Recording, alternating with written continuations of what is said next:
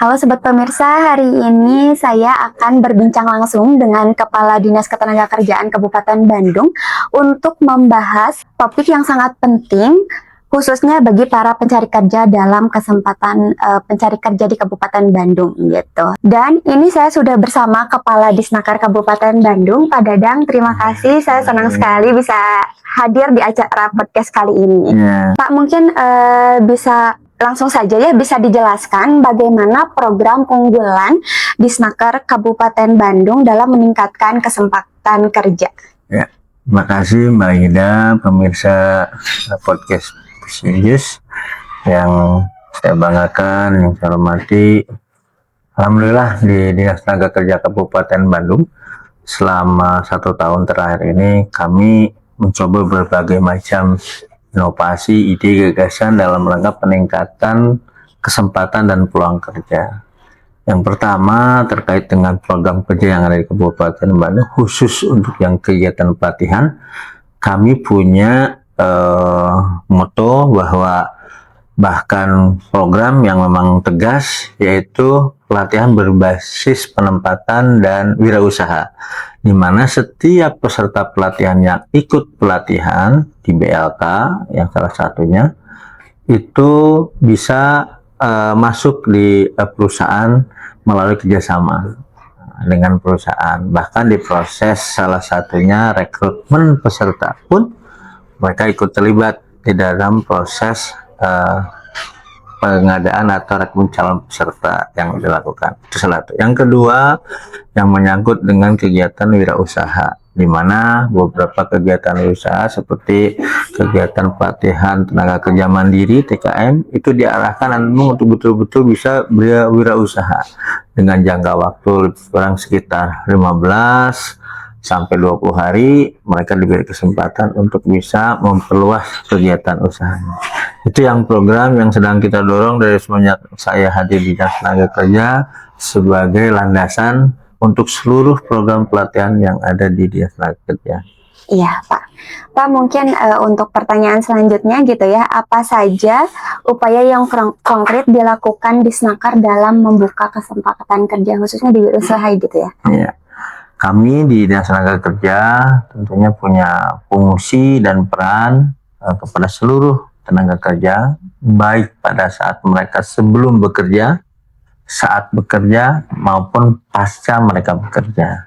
Nah, upaya yang dilakukan oleh kami di sebelum bekerja adalah bagaimana menganalisa kebutuhan pelatihan itu berdasarkan kebutuhan real di lapangan, yang namanya training need assessment. Jadi analisis kebutuhan pelatihan. Nah, analisis kebutuhan pelatihan ini didasarkan kepada potensi dan kondisi yang ada saat ini di Kabupaten Bandung. Jujur, hampir mayoritas di Kabupaten Bandung saat ini itu bergerak di sektor tekstil, di sektor tenun maupun di sektor garment. Itu yang paling mendominasi industri yang ada di Kabupaten Bandung. Hal lain, karena memang kesempatan saat ini terus berkembang, yaitu kegiatan-kegiatan yang mendukung seperti untuk barista, untuk digital marketing dan lain-lain. Artinya kami di tahap sebelum bekerja kita siapkan peluang dan kesempatan kerja, bukan hanya untuk mengisi kebutuhan di dalam negeri, tapi juga bisa untuk memenuhi kebutuhan di pasar di luar negeri. Selain kewirausahaan gitu ya Pak, program pelatihan juga menjadi perhatian kan. Bisa dijelaskan nggak pelatihan seperti apa aja gitu Pak yang ada di Kabupaten Bandung? Dari yang sudah kita kelola, yang dari mulai pelatihan kerja, pertama ada pelatihan kerja budaya dan bahasa Jepang. Yang kedua, pelatihan kerja untuk budaya dan bahasa Korea. Ini yang diperuntukkan untuk pengiriman ke luar negeri. Yang ketiga, ada pelatihan operator garment, karena memang masih banyak di kita. Yang keempat, ada pelatihan tour guide. Kemudian ada pelatihan tata boga pastry, ada tata boga cookery, ada desain grafis, ada digital marketing, ada las listrik, ada pelatihan barber atau pangkas rambut, ada pelatihan barista, ada montir sepeda motor, ada pelatihan sablon, ada servis HP, ada servis komputer, pelatihan tata rias, practical office advance, kemudian operator komputer, kemudian ada CNC cutting, pelatihan mebel, serta daur ulang sampah. Itu beberapa pelatihan yang hari ini berdasarkan kebutuhan analis pelatihan itu sangat diperlukan karena kesempatan dan peluang kerjanya cukup besar. Iya. Pak, bagaimana masyarakat bisa mendapatkan sebuah informasi gitu ya dari beberapa program yang ada di Disnaker? Ya, pada saat kemarin hari jadi, pada saat saya jadi pembicara di talk show terkait dengan bagaimana menatap peluang kerja di Kabupaten Bandung, pertama kunci utamanya adalah mendapatkan informasi. Tapi informasi juga harus diperoleh informasi yang sahih atau yang benar, tidak merupakan informasi yang hoax gitu. Nah, ini yang kadang-kadang masyarakat itu informasi apapun selalu mereka terima tanpa dicek dulu kebenarannya, tanpa dicek dulu atau tanpa dikonfirmasi dulu ke pihak yang menyampaikan informasi itu. Jadi masyarakat pada umumnya setelah saya cek itu sebagian besar mendapatkan informasi dari media sosial. Memang ada yang memang pas gitu karena menginformasi melalui informasi di skala resmi, tapi juga ada yang memang gagal karena mendapat informasinya dari yang tidak benar gitu. Ada juga yang seperti itu. Iya, menarik sekali ya Pak. Nah mungkin apakah informasi pelatihan ini gitu ya bisa dicek di media sosial dari Disnaker Kabupaten Bandung itu sendiri atau melalui seperti apa gitu? Ya, sementara yang dominan itu melalui media sosial di Instagram Disnaker. Kalau misalkan kita kemarin aja membuka batch untuk pelatihan ke Jepang, dari kebutuhan hanya 40 orang, itu bisa yang mendaftar 1000 orang. Itu mereka biasanya berbagi informasi, dari teman, dari mana, buka aja di IG-nya Disnaker. Alhamdulillah, memang cukup efektif melalui media sosial, hanya memang harus diingatkan, harus dikonfirmasi terlebih dahulu ketika mereka mendapatkan informasinya tidak melalui medsos yang resmi di Disnaker. Apakah kuotanya itu kan hampir bisa jadi 1000 kuota ya dalam pelatihan tersebut Pak?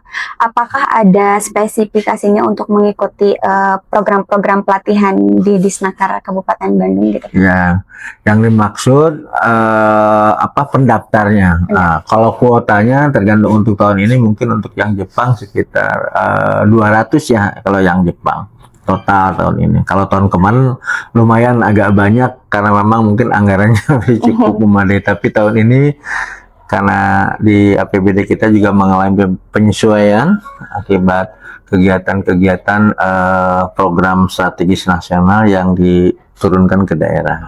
Jadi kuota pelatihan kita untuk yang Jepang menjadi sedikit berkurang dari yang target yang semula gitu. Iya.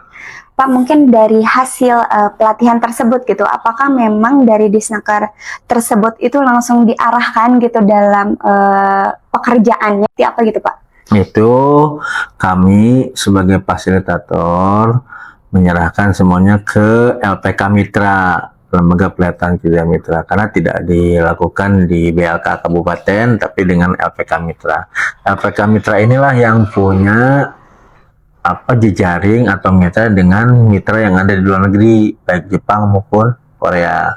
Alhamdulillah dari sekian pemberangkatan yang ada itu rata-rata sudah mencapai hampir 70%. Jadi kalau misalkan kita melatih 1000 orang, maka diperkirakan 700 orangnya itu berangkat. Asumsi perhitungan sekitar 70% untuk yang pelatihan. Bahkan di beberapa LPK kemarin kita berkunjung di salah satu LPK Hospitality, ya menyatakan itu capainya bisa sampai 90%. Itu jadi mereka yang ikut daftar 100 misalnya, yang 90-nya kemungkinan itu dikirim ke luar negeri. Karena memang untuk yang hospitality dia diperlukan untuk jadi misalkan room boy atau cleaning service yang ada di hotel-hotel dari luar negeri, termasuk juga untuk pekerjaan barista atau cookery gitu. Nah, iya Pak. Pak, mungkin untuk pelatihan ini sendiri apakah ada berbayar gitu ya, atau memang biasanya ini sering jadi pertanyaan publik gitu ya sama masyarakat sekitar gitu. Kalau yang diselenggarakan oleh Dinas Tenaga Kerja itu gratis sepenuhnya. Cuman bagi masyarakat yang kegiatan terutama untuk yang dikirim ke luar negeri itu umumnya ada yang program reguler yang berbayar, tapi ada juga yang gratisnya juga. Yang kuota kita kalau dibanding dengan kebutuhan serta pasar yang ada itu mungkin kita baru mencapai sekitar 10 atau 20% dari total kebutuhan. Jadi kalau hitung-hitung misalkan yang dilatih itu di beberapa lembaga lembaga pelatihan kerja itu hampir 3.000, ya kita paling mampu 10% menyediakan untuk yang gratisnya lewat APBD gitu. Nah, itu yang memang sedang kita dorong, bagaimana upaya pembiayaan sumber pendanaan pelatihan itu selain dari APBD juga dari yang lainnya. Nah, Pak, tujuan dari pelatihan tersebut gitu bagaimana, Pak? Ya, yang jelas yang pertama kita harus membekali calon pekerja itu skill, kemampuan, terus knowledge-nya atau pengetahuannya. Yang tidak kalah pentingnya juga pengetahuan tentang soft skill-nya, artinya mereka attitude mereka. Karena mungkin pada saat mereka sekolah itu pola atau mindsetnya berbeda dengan pada saat kita bekerja.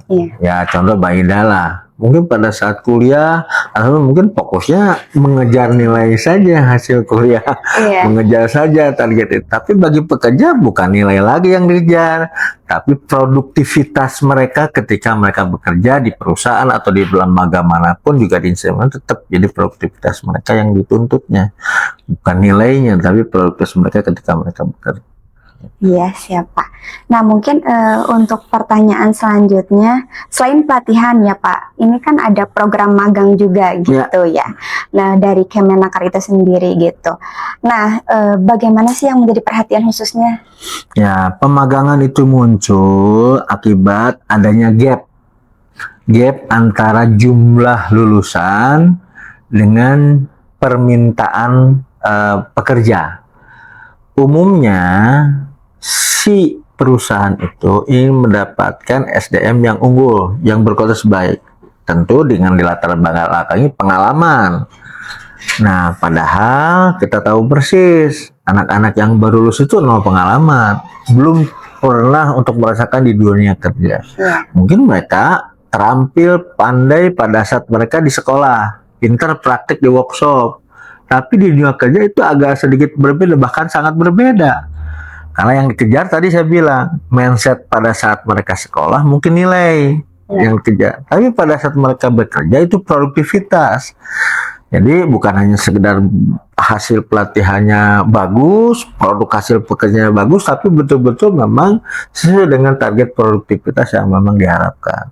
Nah, pemagangan itu menjadi jembatan untuk merubah dari yang asalnya mindsetnya pendidikan menjadi bekerja, gitu. Itu merubah mindset itu, kan beda suasana bekerja dengan suasana pendidikan. Maka pemaganglah menjadi salah satu alternatif solusi bagi mereka untuk bisa masuk ke dunia kerja. Karena dengan punya portofolio pemagangan, paling tidak mereka punya kesempatan tahu seperti apa sih dunia kerja. Itu yang pertama, keberuntungan bagi si pekerja. Bagi si perusahaan, itu punya keuntungan. Karena kalau proses pemagangan, itu belum disebut pekerja. Sehingga insentif yang diberikan, itu tidak sepenuhnya bisa sesuai dengan upah minimum kabupaten. Diberi kesempatan mereka. Tapi bukan berarti dianggap bahwa mereka jadi pekerja murah. Tidak juga, karena ada batasan waktu. Pekerja pemagangan itu di dalam ketentuan Permenakernya dibatasi maksimal 1 tahun untuk bisa melakukan pemagangan. Setelah itu beres pemagangan, mereka harus tetap diangkat sebagai pekerja. Nah, itulah jembatan antara dari lulusan supaya ini bisa membuka punya keterampilan keahlian difasilitasi melalui proses pemagangan. Itu tujuan pemagangan. apakah ada peluang magang gitu ya, khususnya di Kabupaten Bandung, mau itu instansi ataupun beberapa perusahaan yang ada di Kabupaten Bandung itu sendiri gitu. Ya, yang jelas dengan adanya Permenaker ini yang sedang kita dorong melalui regulasi yang kita susun supaya seluruh perusahaan punya kesempatan untuk memberikan proses pemagangan. Karena proses pemagangan itu adalah proses transisi dari yang asalnya siswa yang memang tidak punya pengalaman menjadi punya pengalaman, walaupun pengalaman mungkin di bawah 1 tahun, tapi paling tidak seperti itu. Dan kami, pemerintah Kabupaten Bandung, sedang berupaya menyiapkan regulasi untuk bisa dimanfaatkan baik oleh perusahaan maupun para pencari kerja. Karena ini kesempatan yang cukup bagus dan kita lumayan cukup banyak, tinggal nanti kita hitung. Karena maksimal berdasarkan Permenaker itu maksimal 20%. Jadi kalau ada satu perusahaan jumlah pekerjanya 1.000 orang, maka 20%-nya boleh itu sebagai tenaga pemagangan. Artinya memang bisa mereka bekerja di situ dengan status magang. Dan itu tidak boleh lebih dari 20% maksimalnya. Nah, kita akan mengatur nanti berapa persentasinya kalau memang di Kabupaten Bandung, supaya nanti ideal, tidak memberatkan perusahaan juga, tapi bisa mengakomodir para lulusan. Ini kan kepentingannya di situ bagi pemerintah gitu ya, sehingga bagi perusahaan juga tidak memberatkan, karena ya mereka pada saat proses pemagangan wajib didampingi oleh para instruktur, baik yang berasal dari perusahaan yang bersangkutan maupun instruktur yang dari luar, tapi yang memahami tentang posisi pekerjaan mereka masing-masing. Iya, betul Pak.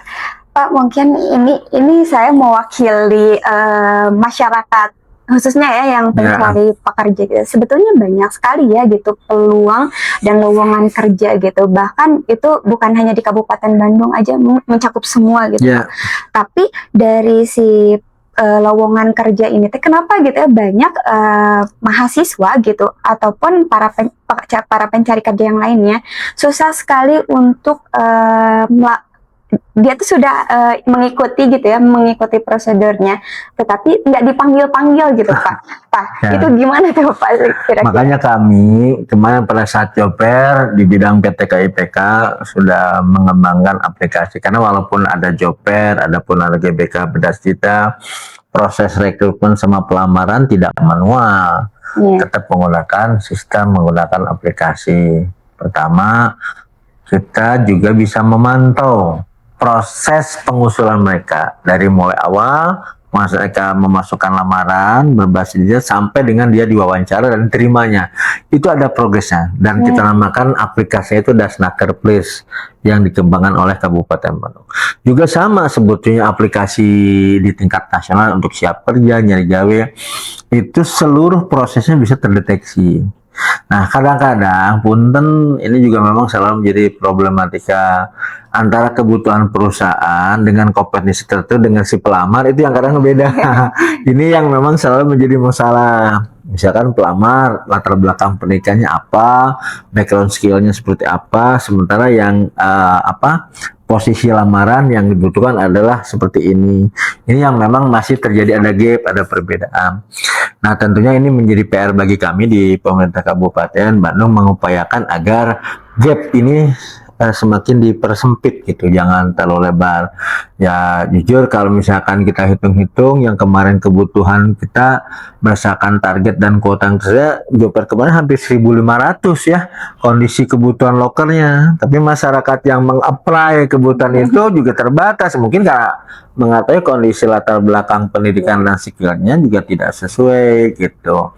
Jadi ini yang memang harus terus kami sosialisasikan, harus kami berikan edukasi ke masyarakat bahwa ini loh peluang kerja dan kesempatan kerja itu seperti itu, sehingga kami mengadakan layanan yang sifatnya statis, artinya dalam bentuk gerai bursa kerja berdas digital, kita tempatkan di MPP, kemudian ini biar masyarakat tuh terus tahu, oh lowongan yang tersedia seperti ini, lowongan tersedia, sehingga mereka ya bukan pindah hati, karena memang diusahakan bisa menyesuaikan dengan kebutuhan loker yang ada gitu. Kalau ngotot pada ngotot susah tuh.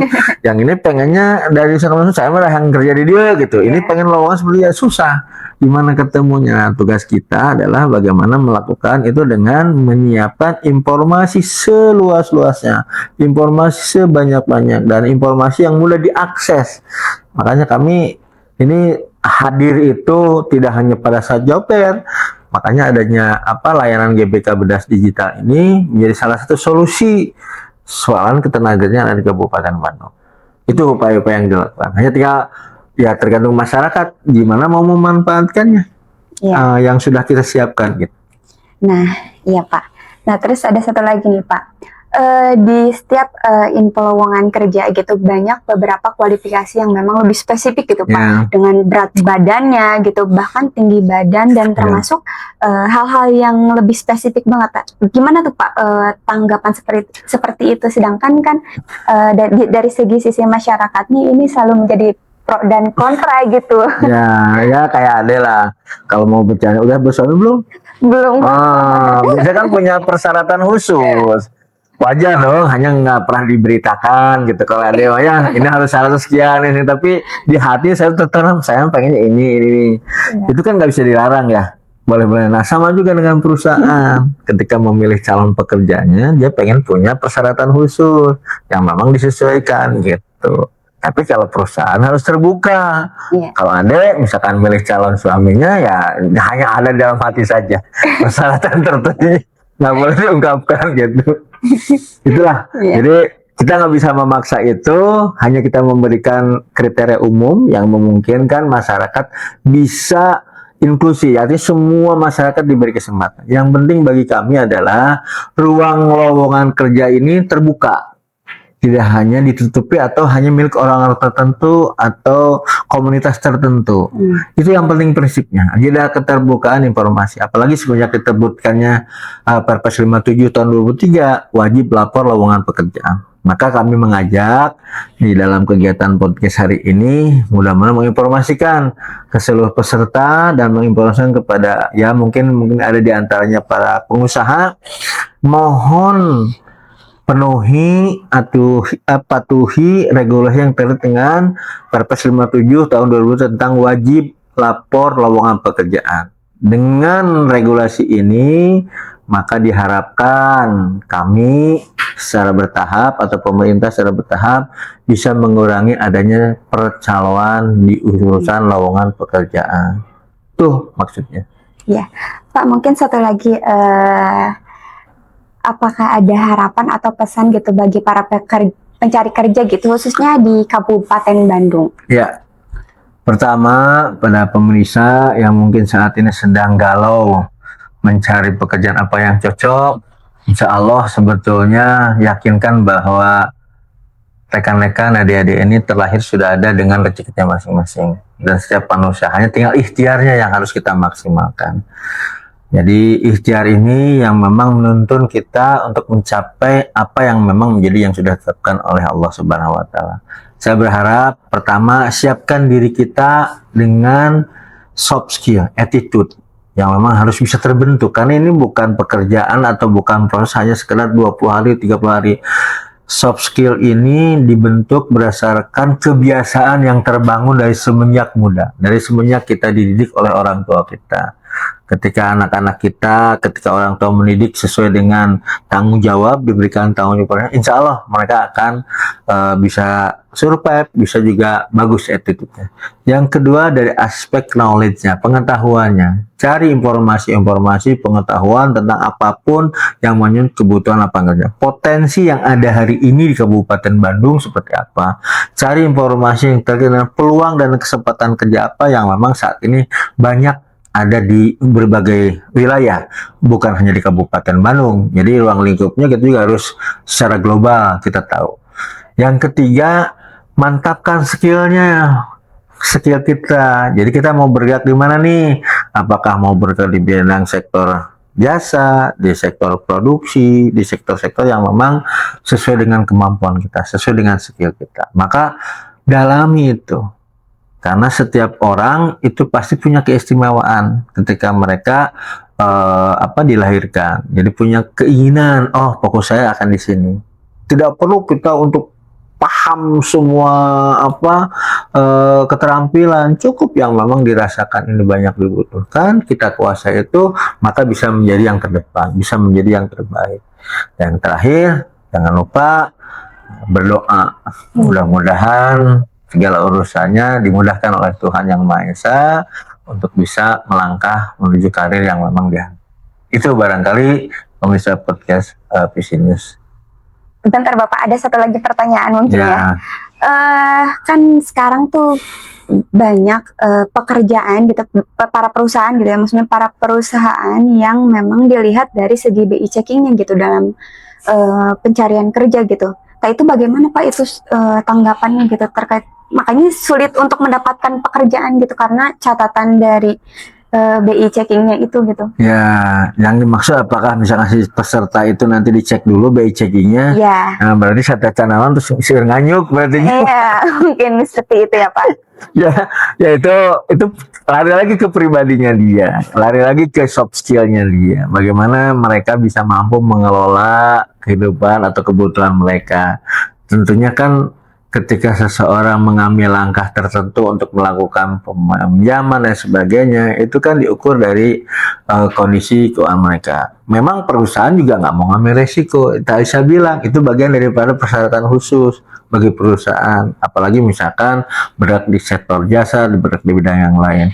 Mereka tidak mau bermasalah karena hari ini teman-teman bisa sangat mudah mendapatkan pinjaman online, dan pinjaman dari berbagai pihak gitu. Itu tanggapannya gitu terkait, makanya sulit untuk mendapatkan pekerjaan gitu karena catatan dari BI checkingnya itu gitu. Ya, yang dimaksud apakah misalkan si peserta itu nanti dicek dulu BI checkingnya, Ya, nah, berarti saya canalan terus sir nganyuk berarti. iya mungkin seperti itu ya Pak. Ya itu lari lagi ke pribadinya dia, lari lagi ke soft skillnya dia. Bagaimana mereka bisa mampu mengelola kehidupan atau kebutuhan mereka. Tentunya kan ketika seseorang mengambil langkah tertentu untuk melakukan peminjaman dan sebagainya, itu kan diukur dari kondisi keuangan mereka. Memang perusahaan juga nggak mau ngambil resiko. Tak bisa bilang itu bagian daripada persyaratan khusus bagi perusahaan, apalagi misalkan bergerak di sektor jasa, bergerak di bidang yang lain. Mereka tidak mau bermasalah karena hari ini teman-teman bisa sangat mudah mendapatkan pinjaman online, dan pinjaman dari berbagai pihak gitu. Tentu ini menjadi salah satu prasyarat tambahan. Jangan sampai nanti begitu bekerja dia terganggu urusan urusan dengan pinjaman atau dengan debt collector, sehingga datang ke perusahaan ngetok-ngetok lagi, kan capek kalau perusahaan sudah didatangi pekerja itu bermasalah nih gitu. Makanya mungkin ya itu kan sebagai tambahan persyaratan khusus ya, itu boleh-boleh saja sih kalau menurut saya, selama memang untuk kepentingan menjaga ketika mereka aktif bekerja di perusahaan pada saat mereka diterima. Iya, siap. Terima kasih ya Pak gitu, atas informasi dan yang sangat bermanfaat ini gitu terkait program Disnaker yang ada di Kabupaten Bandung gitu. Sahabat pemirsa, itulah perbincangan kita dengan Kepala Dinas Ketenagakerjaan yang ada di Kabupaten Bandung.